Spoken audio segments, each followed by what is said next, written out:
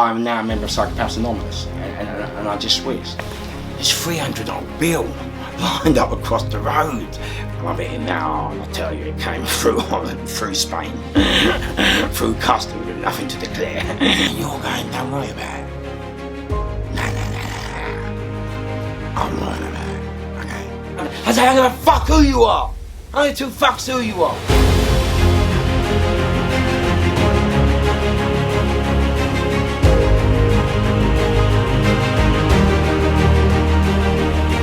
Hi guys and welcome back to KRN TV. We're bringing the most exciting interviews from around the world. Today we are in London with Mr.Fish, London's craziest gangster.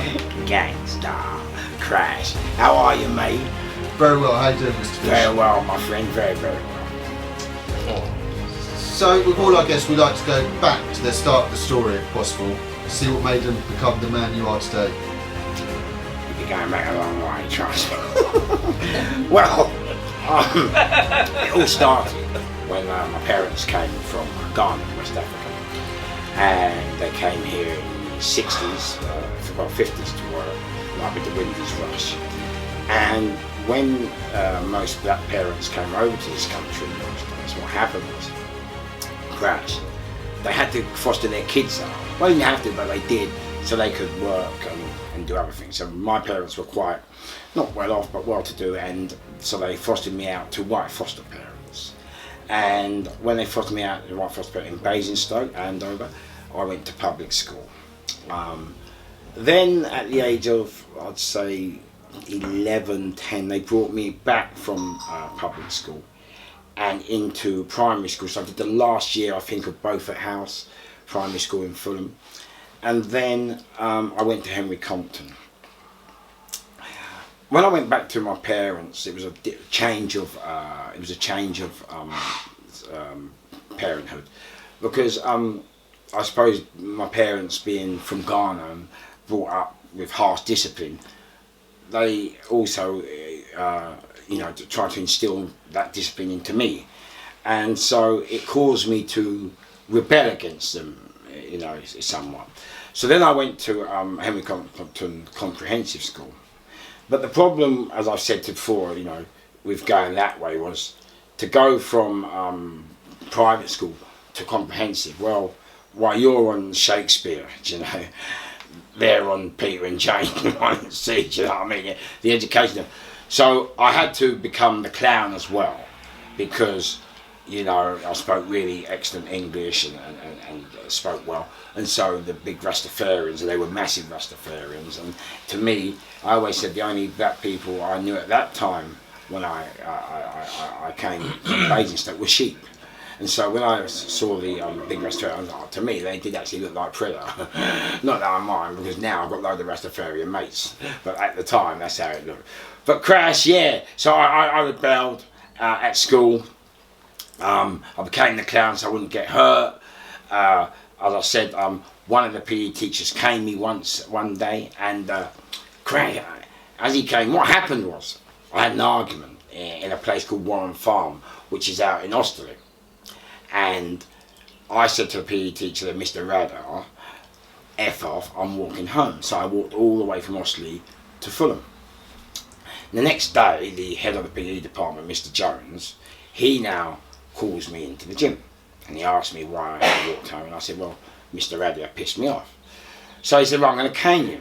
So as he said he's going to cane me, I bent over, I took the cane, fired, and I said, all right, sweet, and I'm going to walk out.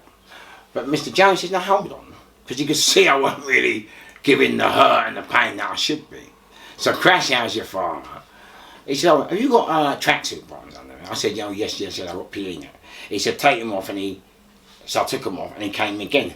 But this time, fucking hurt. So what I'd done, I decided, I'd gone outside, and I jumped all over his Renault and smashed it to bits. Anyway, they called the police, and they called my dad, and my dad, I don't know if any of you got parents where your dad is always on the teacher's side. And so what happened was, every time they used to call my dad for me, I used to get the hiding, yeah. So they called my dad, and Mr. Jones said he was going to call the police for the car. But for once in my life, my dad was on my side, and he said, look, if you call the police for him and the car, then I'm going to call the police for you beating him up. And so we managed to cancel each other's problem out. So that was how I dealt with school. Then I went into college, and in college I learned about electronic engineering. And so while I was learning electronic engineering, I was still kind of rebelling against my dad and the harsh discipline. And so I used to sneak out the window to, muck about with my friends. I used to like sneak back in so I wouldn't get caught. And my brother Jerry, God bless him, who's just died, he was always my lookout, and he would always tell me when I was in trouble, and he would always be there for me and let me know if I was going to get caught, you know what I mean? And so, Jerry was like, I said Jerry was more like my dad than my actual dad. And so my friends became my family, because I kind of looked for love and aspirations from them. And so they taught me about the streets, and I always had to laugh the first time I got nicked. Oh, this is how crap I was. Crash, how's your father? There was a bicycle outside this newsagent's where I used to work, and so I've nicked this bicycle. But later in the day, the chain's broke. So I'm fixing the chain, okay, and I've got it home, and I took it home and I put it in the shed. Anyway, I'm walking down the road, and this copper stops me. You've got a lie. And this is going back in the 80s. And he said, excuse me, young man, have you got a bike? I said, no, mate, I ain't got a clue what you're talking about. He said, can I see your hands? And I had to laugh. I showed him my hands, and it's got all the oil and that from the chain. So pity we didn't have the coronavirus then, because I'd have washed them by now. But anyway, Crash, how's your father? So he took me home, and they found the bikes in the shed, and I got more licks, and but that was my first introduction to my first collision with the police. The next collision was quite funny. As I said, I was law abiding, and I wasn't one of these street kids from young who was out and about all the time. Even though I sneaked out of the window to be with my mates, and they were teaching me to nick car stereos and all that, I was really watching them rather than actually doing it. And I never really turned into a lunatic until one day, as I said, two friends of mine were throwing fireworks, and Crash, how's your father? Under a subway in Elephant and Castle, and the police had come, and they were called Patrick and Robert Williams, but the problem is they weren't brothers. So when the police stopped them and they gave their name, the police asked them if they're brothers, and they said no. So the police said, are you married? And so I thought, at that time, there was a lot of racial tension. I think the Brixton riots and all that was just about to happen. Oh no, I apologise. This is in 83, so I've gone back a bit. That's coming later. So, but there was still a lot of racial tensions. Notting Hill, Elephant. There was a lot of racial tension. Brixton, and so I thought, well, I don't want to show the police. I don't want them to think that I'm anti-police or anything like that. So when they asked, are you married, and they said no, they laughed, and the police laughed. So I thought, I better laugh as well, because I don't want them to think I'm anti-police. And so when I laughed, they splashed the granny out, they fucked me right up. And then for me, that was it. I said, right, that's it. I don't care who you are, where you come from, who you know, what you do, what's going. For me, I said that I'm now a member of Psychopaths Anonymous, and I just whizzed. And if it moved, Sorry to interrupt you, Fish. What age was this then? What age were you at this point? This was now 83, so I was born 63, so it's now 21. Yeah. Yeah. 62, 83. A bit younger. No, that's younger. About 19. 19. Yeah, 63, 83. Is that 20? 63 to 83. Yeah. So anyway, there. And then I just became a loon. I just hit everything that moved. I didn't care. Well, even if it looked at me, I just hit it. I started doing Legar. I did Taekwondo.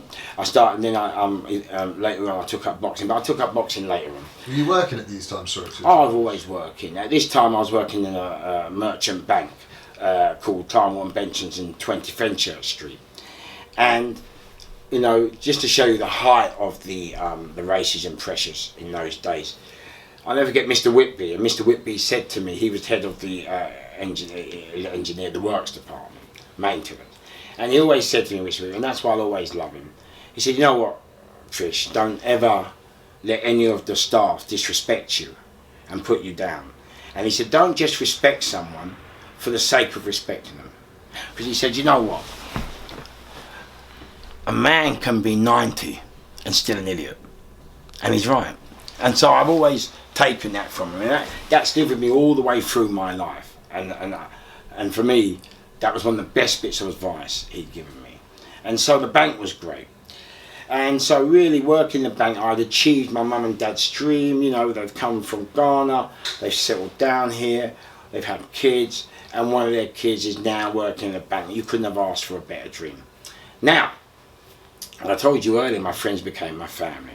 So what happened was, because I could fight now, and I was like, you know, I became kind of the leader of our group, right, which people I suppose call a gang. And we used to hang around in Shepherd Bush, Soulgrave, and the Magnet Car Hire. And we was a massive firm, and we'd always go out together and doing stupid things, and you know, breaking into cars and robbing things. And we just do silly things, and sometimes just hanging about. And then one day there was a fight in Queensway with one of our boys from Ladbroke Grove, and he was having a fight with these guys from Panton. So we all had to go to Queensway and meet up to fight these Paddington boys. But as I said, it was at the time of the Brixton riots and all the other riots, Southall riots, every riots, so that racial tension was there. So when we got to Queensway, I remember getting off the train and a geezer bumped into me, and we hit him over there with a baseball bat. I mean, you know, that we was gone now, we was psychopath now. And as we got up the station into Queensway, and just as we turned right by the ice rink, there's a jeweller's shop there, and one of our boys, the kids, look, he decides to smash the jewellery shop window and start nicking the watches through the grill. So as we are now nicking the watches, everything, another mate of ours has told us that the boys have turned up round by Westbourne Park Road. So we've all zoomed round there, but as we've got there, there's 300 old Bill lined up across the road with all riot shields and all that. So they're there about, I'd say, 20 yards, and we're here. And you could hear a pin drop. It was just that real quiet, that atmosphere. And all of a sudden, we're just standing there, about, say, 20 seconds, no one's moved. And then one of my kids, he runs. And this policewoman, she now runs to grab him. And like I said, I was the leader, and at that time I wasn't really clued up and all. So I've hit her over the head with 2 pool balls in her sock, you know. And crash, she's gone down. And that was it, the whole thing has gone. They've all charged towards us. 2 policemen came towards me, but I think when they saw her hit the floor, they thought, fuck knows, we don't know what he's got, and they just diverted into different directions. So I've run now. So me and a group of the boys, what's happened now, we're running all the way down from Queensway to Shepherd Bush, which I would say is about, I don't know, 5 miles, 4 miles, I don't know. So as we're running, crash, as we're running, what's happened is, my mate earlier had a fight with somebody else, and he saw this guy. And so we've all picked up bottles, because we knew they would be tooled up to have this fight. But as we picked up the bottles, you just couldn't make this up. As we've picked up the bottles, crash out your father, an old Bill van, obviously going to the right, what we've started up in Queensway, is passing by. Stop, and they see my mate Barry with the bottle, put him in the van, and all I see there, the van is going like that. Because in the old days, the police vans used to have benches. They never used to have the cages and that. So they've just thrown Barry out, and so he's come out of the van, crashed straight on his chest, and he's going mad. He's going, you C-U-N-T-S, U-F, this, that. And I'm going, Barry, look, forget it, the watches, we got the watches, you know. All they had to do was search him properly, and they would have most probably had the watches. So anyway, we've now, you know, gone a little bit further. The rest of the crew have all joined up, and You know, we're all over the moon with the watches. Remember, we've had the fight with the old bill. I mean, you know, we're only young, 18, about 18, 19, so, you know. So crash, everyone's over the moon. And then they decide, I'll tell you what, sometimes growing up ain't easy. The boys decide to run in the off licence and nick all the beer. Now the Asian guy comes out the shopkeeper, comes out the shop and starts fighting. And as I said to you, me being like fighting anything and being the leader of a gang and having no fear, I grab a baseball bat off one of the boys and hit him over the head with a baseball bat. So you know, we all get away and we all get home and we all think we got away with it. And then 2 weeks later, crash, boom, old Bill knocked at the door. And you got to remember, I never had police at the door before. Not for that. Remember, the last time I had police was at 13 with the bicycle. So now I'm 18, 19. And now these police have come in. Remember, I hit a policeman over the head, so they've come in merman-handed. They took everything. And that was my first nicking and my first introduction into police and courts and the rest of it. To get reminded, Fish? Yeah.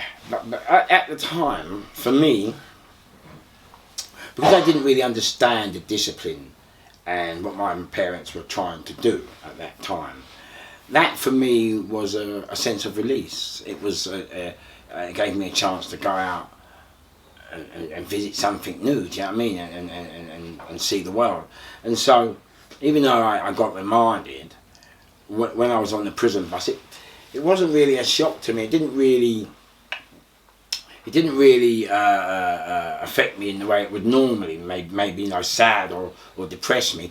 It kind of elevated me. You know, I mean, I was really happy and like, you know, it was an adventure for me, you know. And so I got into a place called Ashford. All the old school know that, Ashford and Bronco and all that, yeah. So we got into Ashford, crash. And in those days, prison was a different game. You know, in those days, because it was a youth custody centre, you always had to make bed packs and you always had to wear a tie and jackets. And then you had to, so you always had to make your bed pack in the morning. I can't remember if you had to stand by our beds when they'd done the roll check in the morning. Always had a tie and suit when you went to the visits.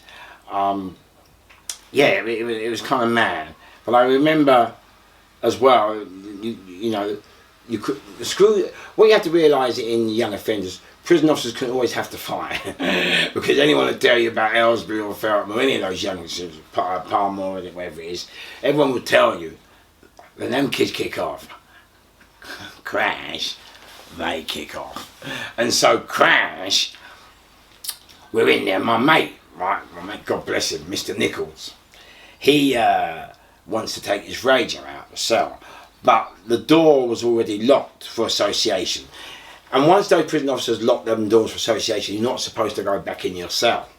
So crash, he's asked another officer if he could open the door so that he could get his radio, yeah?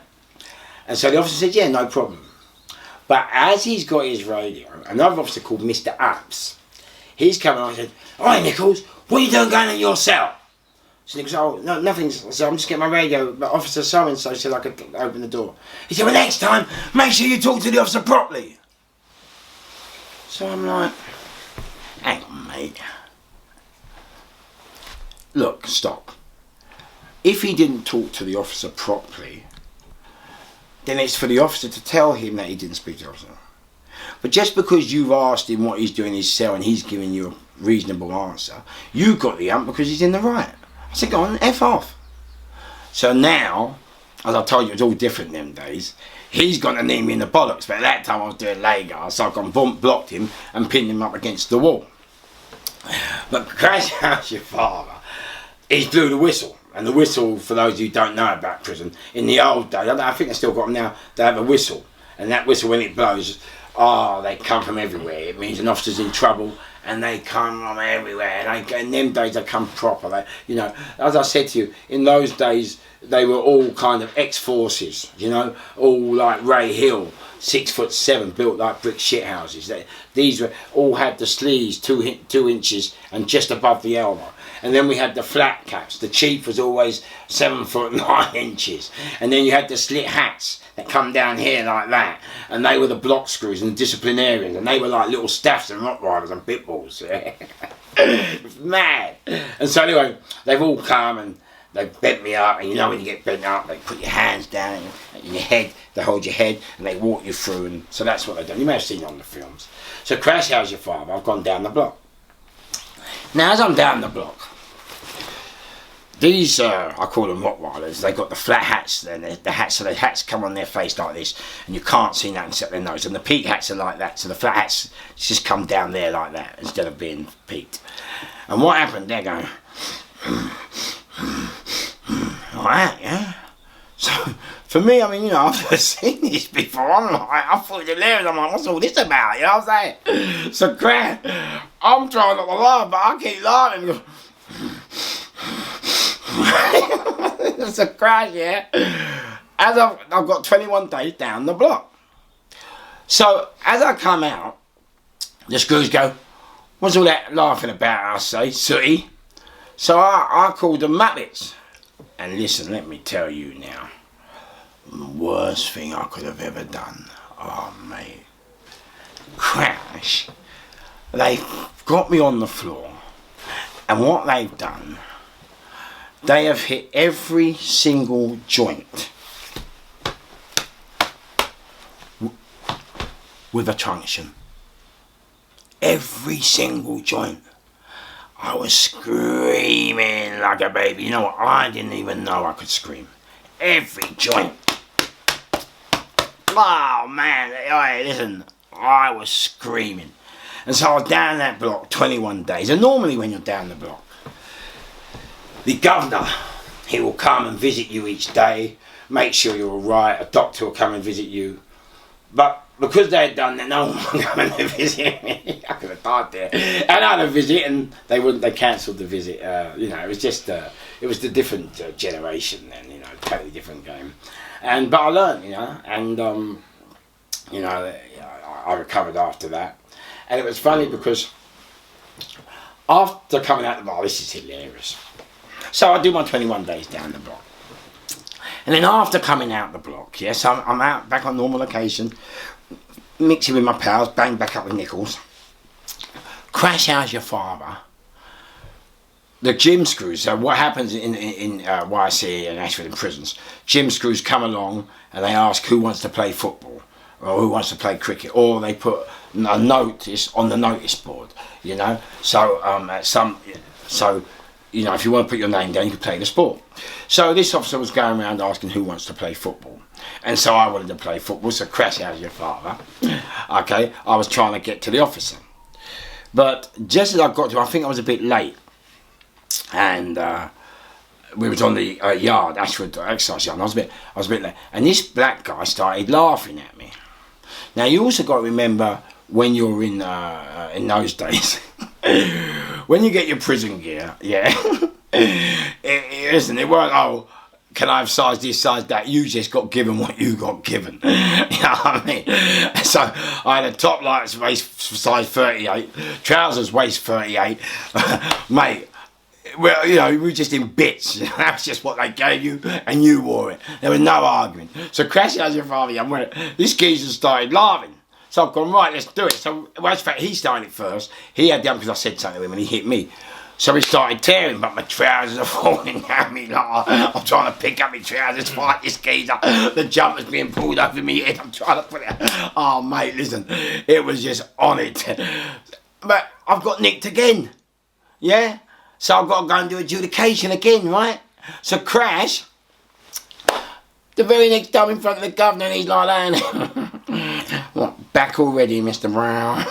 I'm like that, I guff. Listen, it wasn't my fault, please. I swear to you. But because he started it, the governor gave me a squeeze, and I went back on to a normal location. So from Ashford, we went to Rochester. So you didn't say how long the sentence was. Oh, sorry, I apologise to you. Sorry, so I was on remand. So then I went to court, and the sentence I got in court was I had the shopkeeper and the policewoman was 18 months, and so I got 18 months to Ashford and to Ashford and Marcy. Anyway, from Ashford I went to Rochester, and we was alright. We settled in there. Rochester was the an allocation prison. So you went to Ashford first because you was in London, and then you'd go to Rochester, which would be like a nationwide allocation, Nick, and then they would allocate to where you're going.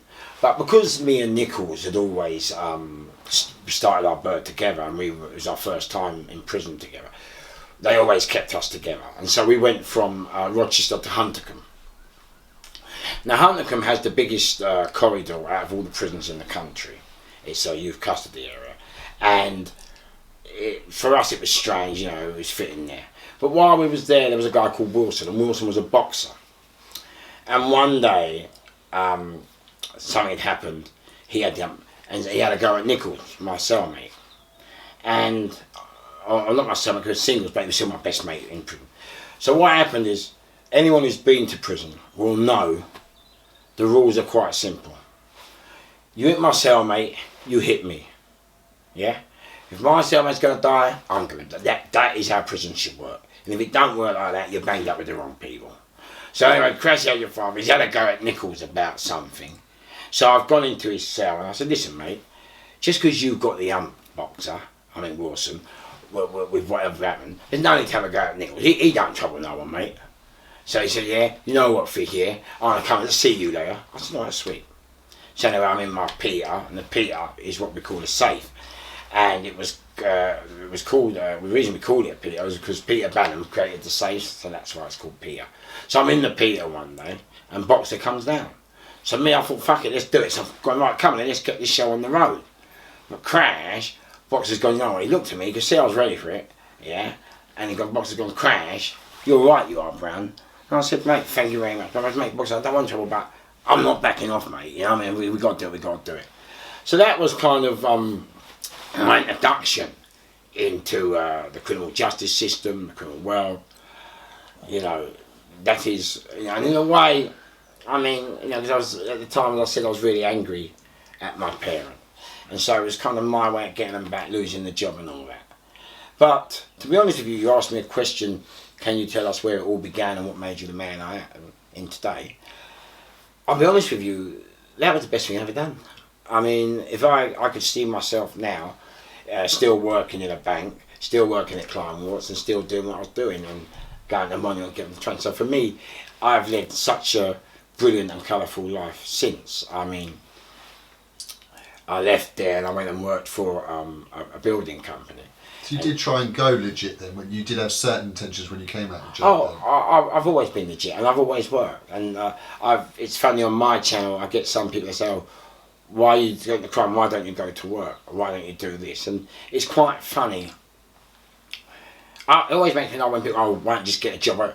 Not everyone's life is as easy as everybody else's. Not everybody's so lucky to have that their life goes so brilliant and so well. I mean, you know, I wish we did. But in the reality and the esteem of things, some people's lives and disappointment and sadness seep into their actions, and it takes them away, or they don't always go through the same doors of opportunity that many other people do. That's life. And, you know, for me, I've always worked and tried, and so I worked for a building company, and then when that didn't work, I worked for Tesco's in Ladbroke Grove as a stores wines supervisor, and had to laugh, wines and spirits supervisor. I had to laugh. You know, we had some shoplifters coming there. Ladbroke Grove is a very multicultural area in West London, where the carnival is, and it's kicked excuse me, it's kicked right off one day, and crash as your father. These shoplifters have come in, yeah, into the shop. So Dave nicked some of these great big black birds, you know, the good bird, yeah, and they started shopping. All the staff were trying to do was just get the goods back, but they weren't having none of it. So they started kicking off, and there's loads of them.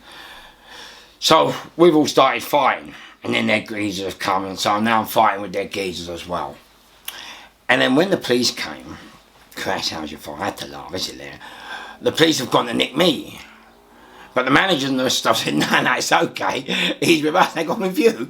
He's worse than them, he's an absolute lunatic. Because as I told you, now, at this time, I could fight. I could really, really fight. So Crash, the next day, I don't know, in the old days, we had a certain group of gentlemen in the black culture that were called sticksmen. Yeah, and I got quite a few pounds of that. And they had all the crisp gear, the snake skins, the shoes, the cane, the mat, the Burberry mat, you know, always the big hats, always looked crisp, always banging the sticksmen. One of them came in the big beaver hats, and one of them came into the shop, and he's waving the keys and that, and he's walking about. So I went up to him, what's that? He goes, well, the boy there, like, kick off yesterday. I want to speak to the boy. So I pulled him and I said, look, mate, you got to understand, if this was your house and someone came in your house and took something and you're trying to get it back, they don't want to get it back, and then they start hitting you, you're going to hit them back. It's not, you know, when that we're any bad on the gate. It's just we're trying to defend ourselves. So Crash, out your father, I said, look, I'm the same as you. I've just come out of prison. I don't need this shit, you know, but it happened. I'm just trying to protect my star. And that's what it is, you know. I had to cook that, and by the grace of luck, we were lucky. He did actually, yeah, he said, yeah, he should give me a 5 foot pen. He said, yeah, go on, Ruben, I'll let you off. And I said, thank you. But it was quite funny because we knew they were going to come the next day. So behind the toilet rolls, I had 2 pool balls. We had a truncheon behind the tins of beans. We had weapons everywhere, you know. We was on it. The staff were looking at me like I'm off my nut. Mate, I've only come to work. I've only come to shield shells. You guys go to war. So yeah, it was quite hilarious. So that was but I was still fighting. And what happened with the fighting? My name started to get noticed, and before I go into there, one of the funniest fights I had was racism. And you know, I was on a bus once. I'm at the front of the bus, and halfway there was a big geezer. He looked like Ray. I'm now looking at him, I think it was him. But Crash, how's your father? All I've heard is I still laugh today, that. And I just thought, this cannot be happening to me. It cannot be happening to me, can it? So you know when you're on the bus, innit? You've got the at night, you can see in the reflection. So I'm looking in the reflection like that, yeah. I'm looking, I want to see. So I just see the geezer.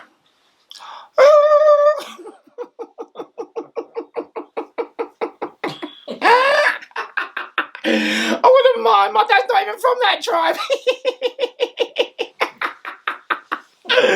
So anyway, I couldn't believe it. Listen, I'm in shock. I mean, you know, I've always kept myself to safe. I don't see colour. Listen, I treat everybody, regardless of who you are, where you go, you know, what you do, the same. You know, I used to do security for the stars and celebrities, you know, fun-loving criminals, Oasis, all of them. I've done a whole lot, yeah. And one thing about me, they love me because I always, yeah, treat everybody with respect. I don't care who you are, what you're doing, who you know, where you're going. And so this was massive to me. I was like, wow. And so I got up and I went and sat next to him. And so I was looking at him like that. And I'm going, go on, mate, make your noises now. And he's looking at me like that. I'm going, I'll make your noises now. So I'm going, bash! I've hit this cunt, yeah. And I've hit him that hard, and I tell you, it came through Holland, through Spain, through customs with nothing to declare. It was on it. And I had to laugh, and I've hit him. I said, you cunt, you make that fucking noise again, I'll fucking kill you. And the black bus conductors come upstairs. He said, what are you doing? What are you doing? Mate, get off the bus, get off the bus. I'm going to call the police, because he didn't witness what happened. And it was funny, just as I'd got off the bus, one of my boys had come around in a brand new BMW Series 5, gleaming, you get me, on it, Mr. Bolter, and he had picked me up. But I never hit the kid because of me. I mean, what it was, I was all, you know, in a baseball cap. He thought I was a young black boy on my own. And the reason I hit this guy is not because of me. I hit him because I thought, what about if there was another black young person on that bus and he had done it to them? Can you imagine the fear every day of them having to go on that bus or having to go on any bus? Do you understand? That ruins somebody's life, and that's why I hit him. I'm not about me. I always do things for people. I remember once signing on. I left university, and I know I'm diverting the conversation, but I'm going to do stories within stories within stories. And so Crash, I left university, and I was studying Spanish. And I was doing 40 hours a week, 30 hours a week learning Spanish to get 1 degree. When all of a sudden I had a brainwave, yeah, I thought, why not at college for 30 weeks, yeah, and do in Spanish to get 1 degree, when I can go to Spain, learn Spanish, and get 90 degrees at the same time. How many people got 90 degrees, eh? So, Crash, where was I? So, yeah, so, it wasn't for me. So I'm at university, and I've left now, and I'm now signing on. Now, this is before the universal credit. This was in the days when you used to get a gyro. I don't know if half of you remember the green gyro, and you could get money paid at the counter. So I've gone in now, and I'll never forget, I've gone in there. I'm late by about 5 minutes. And when I said, I'm in for an interview, the bird behind the counter said, oh, sorry, mister, I'm afraid you're going to have to come back in 2 weeks' time. I said, why? She said, oh, because you're 5 minutes late.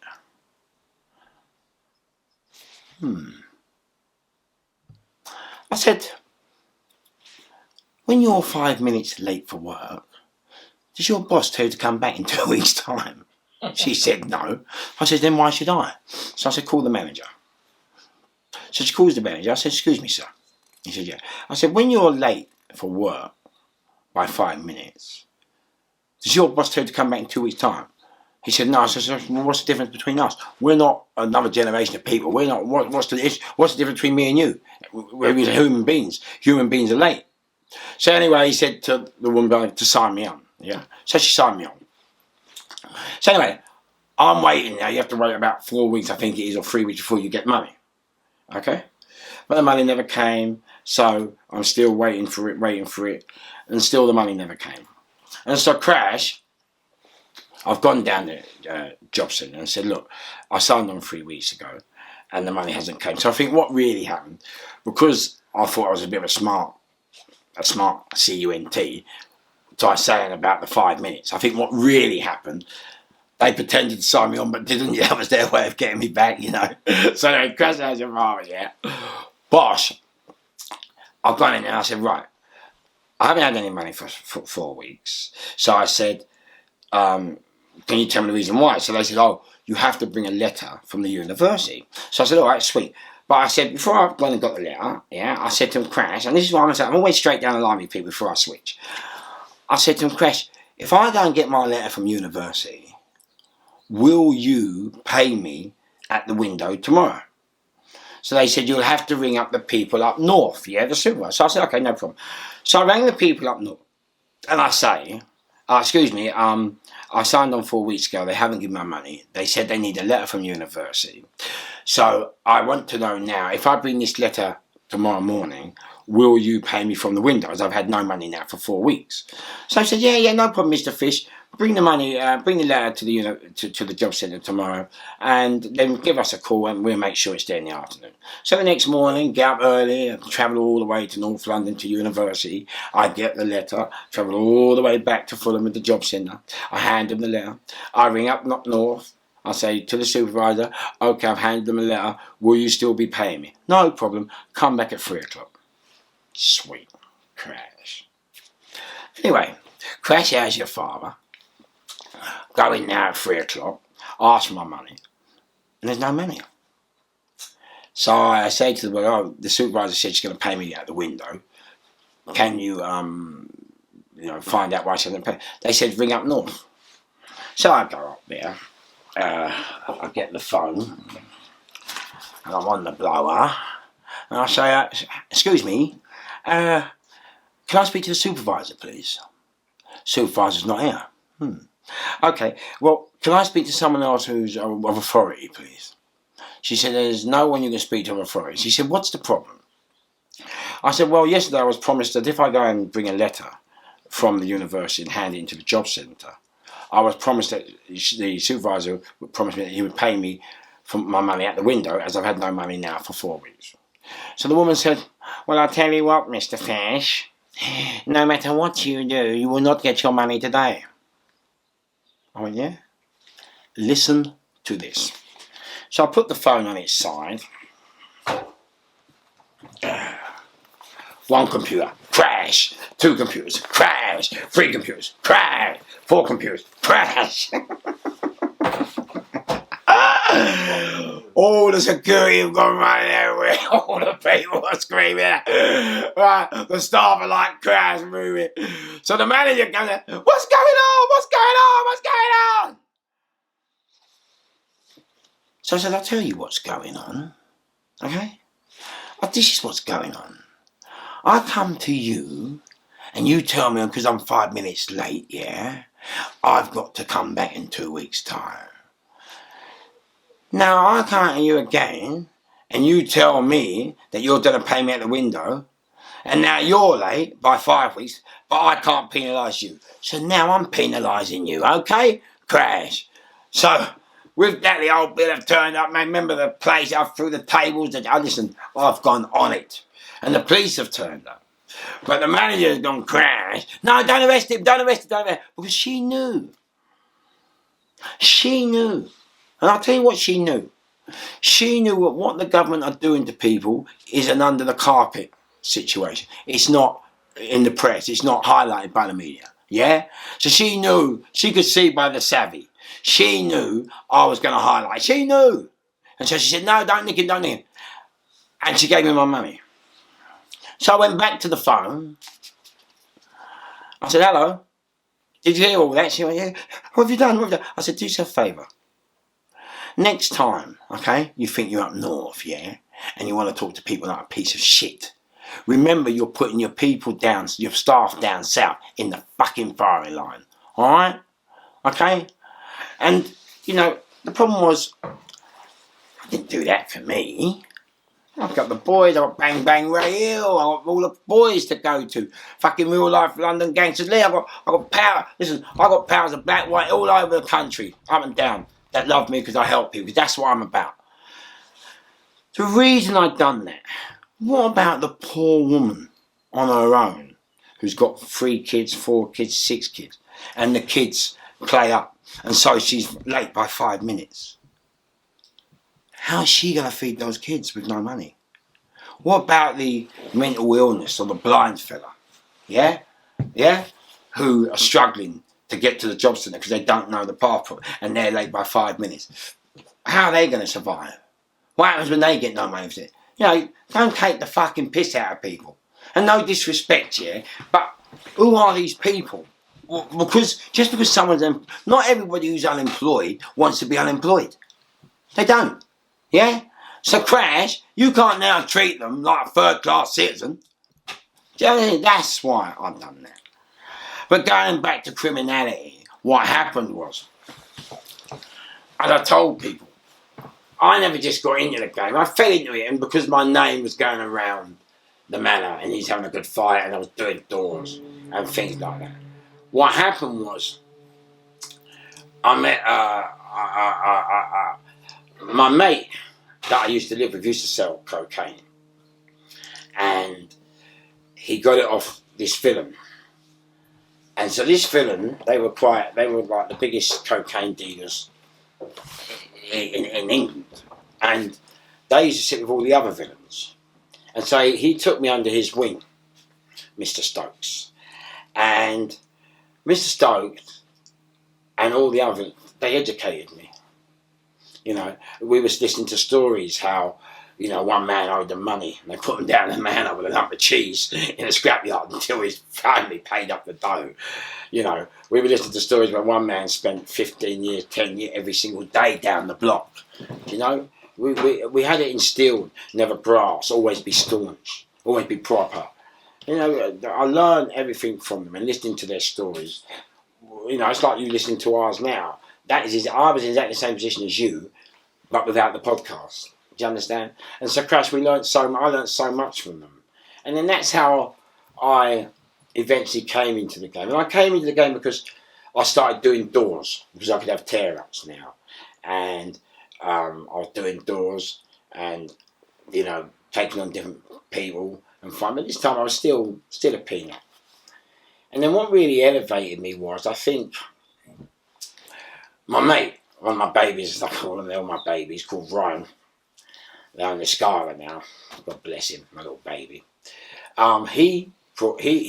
His cousin was my best friend.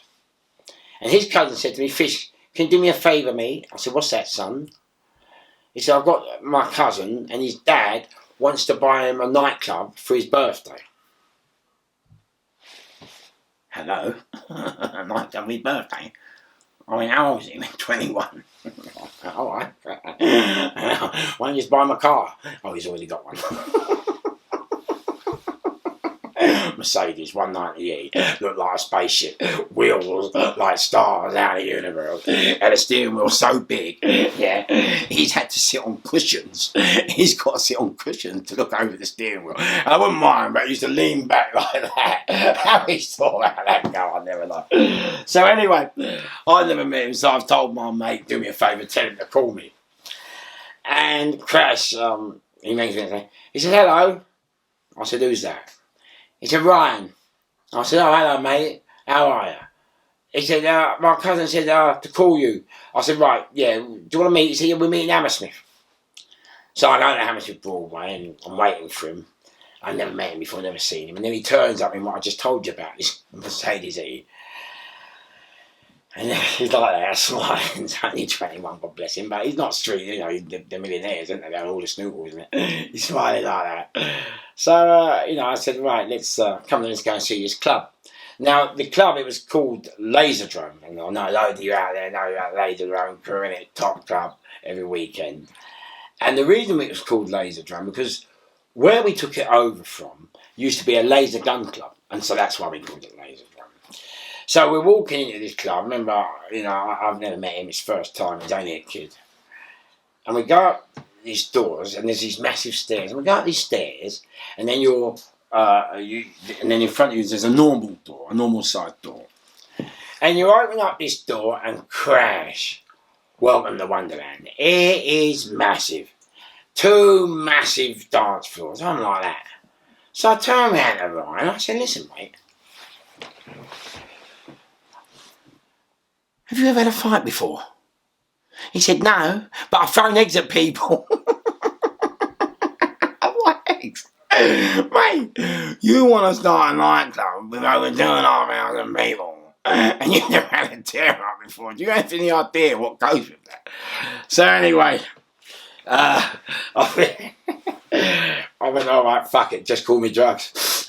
And Crash as your father, we started up Lazerdrome. Now, I suppose that's really how I got really into the game. Because starting up Lazerdrome, you know, we were new to it all. I mean, I'd done doors, but this club was now, we need about 25 doormen every time, 30 doormen. And it was just murder. But Ryan would never trust me.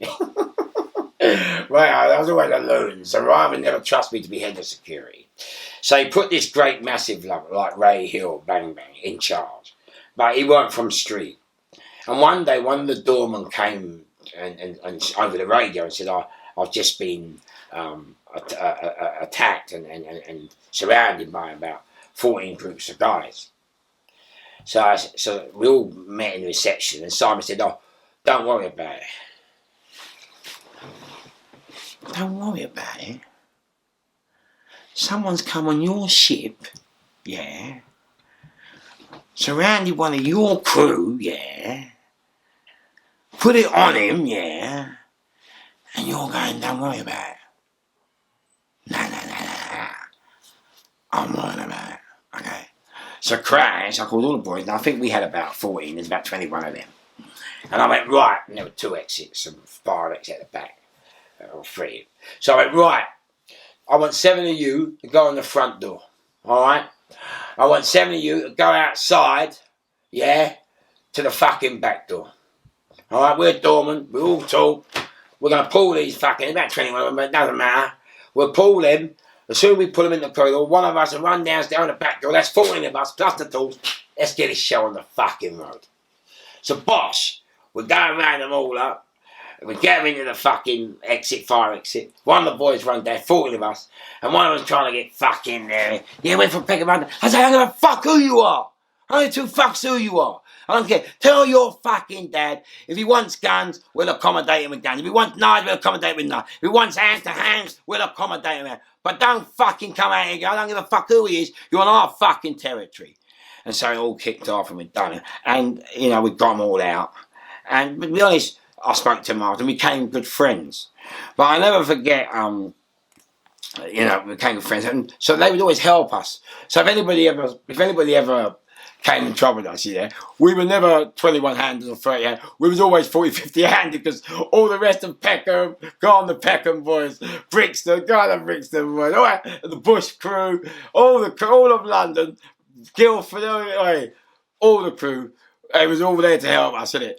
Because I was never a bad doorman. I was always a good doorman. Because I was from road, whenever we used to catch anyone with drugs, yeah, listen, as long as it weren't too much, I'd give it back. Because, you know, you could be trying to feed your wife and kids.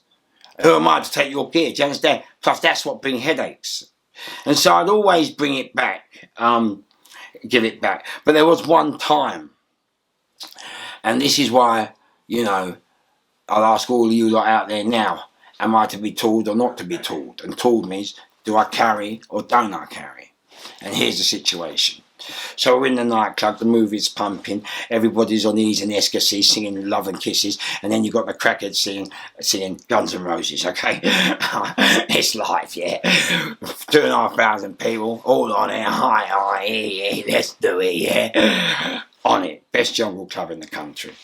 All of a sudden, we're asking this guy for a search. Now, I always, on my security was called Final Touch 911, and the reason it was called Final Touch is because, believe me, if it did come, it was the final touch, and we had it. And that, I suppose, in life, you have to know what I think the biggest part, you mustn't be scared to die. That's it. If you know you're getting in certain games, you have to take the consequences. And, you know, I was always the chief, and I've always been the leader, and I've always put myself on the front line. That's how I am. So they crashed out your father. We're searching this guy. He was from Manchester, Birmingham. I can't remember properly now.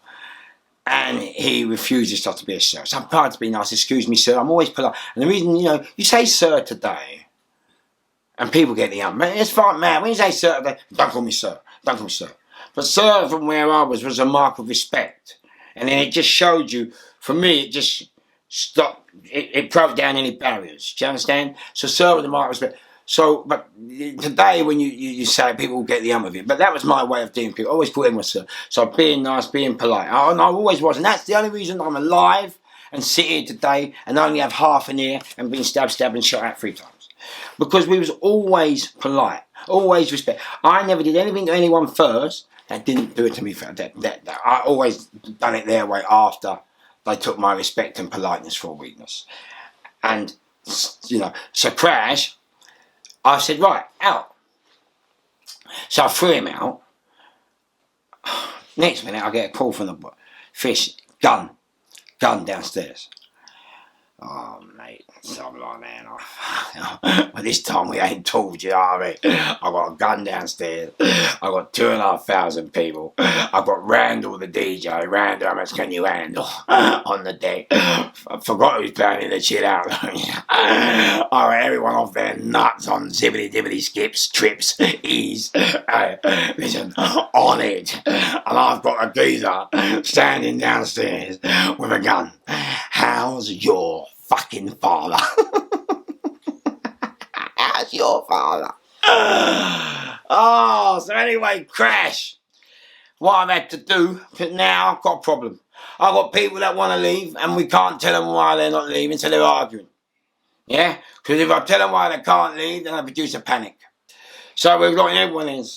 Now I'm looking at this door. I've pushed everyone away from the door. Got everyone way back to the ditch. I've had to. I've got a couple of doormen out there who are going to front him, but once he comes up those stairs, I have to go. Yeah? Crash house your father. If he comes up those stairs, I'm the boss. I have to go. That's it. I can't put anyone else's life in this. I have to go. So anyway, I'm looking at this door, and it's like a painting. Oh, mate. But the moving painting, I'm waiting for the door to move. Boy, it was mad. It was mad. I'm like that. And I go, and then, yeah.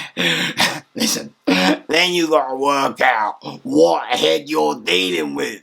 Oh, mate, is he a crackhead? Is he just going to start running out there? Is he an idiot on Love and Kisses? And maybe I'll give you a chance. Is he on Skibbity Dibbity Rips? And where you're smiling, you look like an absolute fucking prehistoric fucking dinosaur. You know, it's just, you have to work out what head he's on. Because one mistake, one word, and you've got to say goodbye to the land of the living. So I'm waiting. Oh, I'm waiting. All of a sudden I get the call. Fish is gone. What happened? Well, he came half up the stairs. We got the table and chair to throw at him, and he turned back.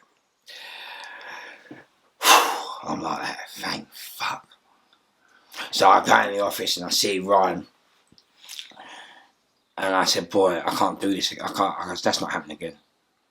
That ain't happening again. And I never could tell Ryan what I was going to do, but I said to the boys, I'm carrying from now on. Mate, and I did. I carried from that. Mate, I was never going to get called like that again. And it was funny because the guy rang me. And he said, I was in the office, and a call came through to the office. And I looked at him, I said, Fish, is that you? I said, yeah. He goes, oh, mate, look, I'm very sorry. My pals told me you're all right. You're one of the best doormen. I go, listen, mate, I know that. He goes, yeah, but I was in a club in Manchester and the doorman bashed me up. And I said, mate, I understand, but we're not Manchester. Yeah, I was talking to you with respect. He said, look, let me come and say sorry, you're sweet. I said, no. I said, it's too late now. There's bits of metal flying about with flat jackets and blue lights on top. I said, it's all right, mate. Do me a favour. The only thing I ask is you. Listen, if you'd done that today, all right, I might be dead, whatever, but why are you going to give yourself 15 years for that? Why are you going to give yourself a life sentence for that? Come on, man. You know what I mean?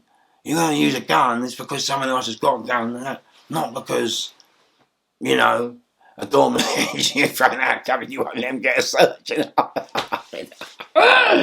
And so, you know, that was it with us, you know, we was always first. And the club was always, we always had murders in the club. And then I remember going for my licence to be a doorman. And the police took me to court, because you have to go to court now to get your licence, but the police can refuse. And I remember going to court and the judge saying, oh, we're going to revoke your licence. I was appealing. I said, look, stop. So he said, we're not going to give it to you, your licence. I went, okay, look, do me a favour there. I go, it's all right. We do the same job as the police. But it's all right for them to carry MP5s and West .38s, yeah, and flat jackets and blah, to save their lives. But you don't want us to protect and save our lives. So they said, oh, well, you know, I can't do the job. So I said, I'll tell you what I'll do, because it was about having your licence to stand on the door, yeah? So I said, all right, forget all that. I said, what I'll do, I'll stand back a bit, so I won't be on the door. And then when anyone troubles my pal and my boys, my people, I'll do what I've got to do, and you have just given me a licence to walk away scot-free. Thank you. And so that's kind of how I really got into the criminality and into the game. And so people knew us from there. And we was never shit. We took on the Heartless crew. We took on all of them, and we done Don FM. We never done the Don FM. We did Innovation, I believe. GLY. We did everywhere. All the raves and that, and some of the biggest outside raves in the country. And when you're in charge, you know, you have to you've got to be straight down the line, and you have to know how to deal with people and how to keep security. And one of the biggest, maddest security I've done was at Stratford Rex, and what's his name? Clayton.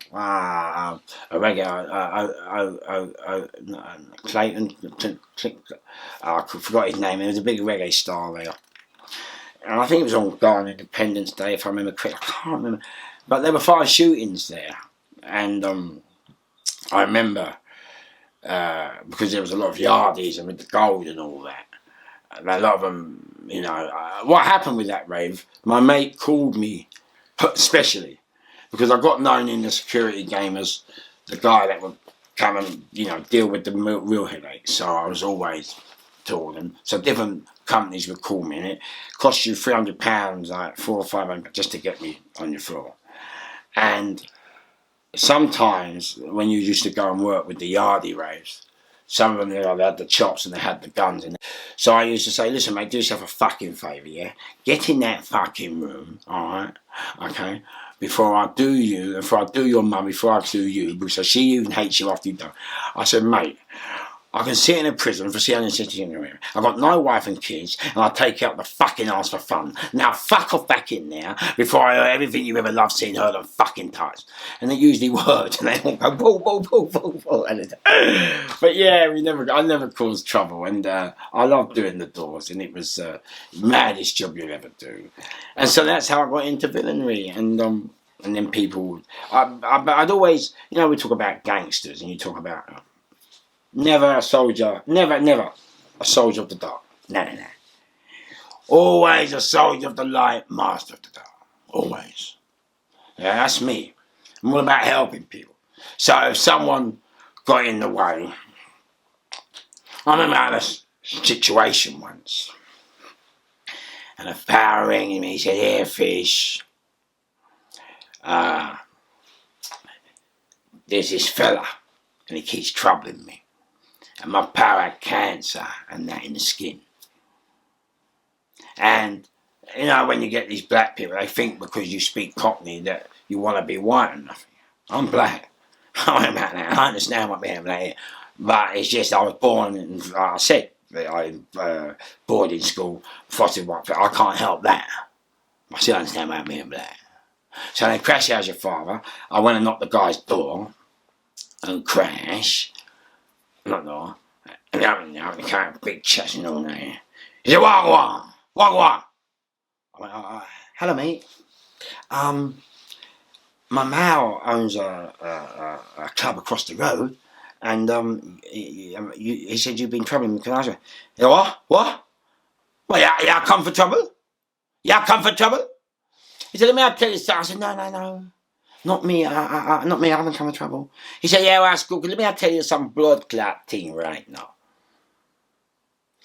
I know blood clot South London, man. Tartan Heath, man. Brixton, man. Clapham, man. Crystal Palace, man. All blood clot, man. So you aren't boomba clot trouble with me, Bridget. I said, mate, please, with respect, I'm just a peanut. I've just come here just to ask you, because my uncle, that's all. He slapped me and said, I like a black Cockney English speaking boy. Yeah, alright. So he said, well, tell your uncle, I live out my life and I go and do what I want. You know what I mean? So he won't bar me. Tell him I live there, he can't bar me. So I said, alright, cool. So I go back, crash, yeah, to my pal. And I say to my pal, do you know what, mate? He's going to come back. Because he thinks I'm going to come. Because the problem is, for me, I'm fed up of telling people you're a member of Psychopaths Anonymous. That's it. So I go back to my pal, yeah, and I say to my pal, that's right. He's gonna think I'm gonna come back. You see, the problem is with me is I'm fed up of telling people I'm a member of Psychopaths Anonymous. Mate, look, if you think I'm a CUNT, that's down to you. I can't help that. You don't see the Secret Services telling you they're members of Secret Services, do you? And after, they come and tell you it ain't a secret. So, I'm fed up. So, my mate went, my mate was going, Fish, why? Because my mate, you know, people think when you go and talk to people think when you defend them or something, you just automatically go and give people a slap. It don't work like that. You have to be respectful first. You've got to be decent first. You've got to be trying to. You have to try and sort things out amicably, sensibly, and reasonably. Yeah, for sure. That's how you do. Don't just rush in like you're some gangster. That's how you get hurt. That's how you get killed. That's how you get stabbed. That's how you get done. Yeah. Forget that. So anyway, 2 weeks later, I'm sitting in the fishbowl, which I call home, and crash. I get a call, don't I? And it's from the fellow who owns the club. He said, "Oh, he just came back in with a gun." And I knew he was going to come back. So anyway, I ring up the pals. I get a car and I get a lot of petrol. And then it goes all up and down the house. And the next day the family was in. And we set the house alight. And we left a note on the gate. What do you think the note said? Remember what he said to me now? "I know all man, Brixton man, Thornton Heath man, Crystal Palace man. Yeah, all man. So if you want any blood clot trouble, you bring it, I'll bring it back." So what do you think the note said on the gate? It's the last bit I'm going to tell you of part 1 before I go. Pity you don't know a fireman. I saw him back in all his gear. The owner of the house got boarded up. He moved out and was gone. I thought you knew, old man. Well, there you go. I've given Christian more than... What age are you, so we know the point we were at, ready to go to part 2. What age were you roughly at this Oh, you're having a laugh, mate. This is my I flip them out. Age won't come into it because I'm flipping them first in between different eras and years. So, age, forget it. There's no point asking that question because I'm flipping backwards, forwards, backwards. All right. Backwards, forward, I'm back. But when I go back, I don't come forward and I'm forward. So if you know where I am, remember where you saw me first. Remember where you heard me laugh. KRN with Christian. So guys, this has been Mr.Fish, London's craziest gangster, and he has got his own YouTube channel. Make sure you go onto that, subscribe to it, have a look at his stuff. He's got loads of really incredible, funny stories. And please stay tuned. Part 2 will be coming soon. Definitely part 2. And I'd just like to thank KRN, Christian, Marvin, Steve Atwood, Bobby Kasanga, Sean Atwood, Bobby Kasanga. He's so clever, this guy. This guy should be a policeman, I swear. And I want to thank all the people, your supporters, my support, everyone that has made this ride an enjoyable ride for me whilst being welcome into the YouTube world. Thank you.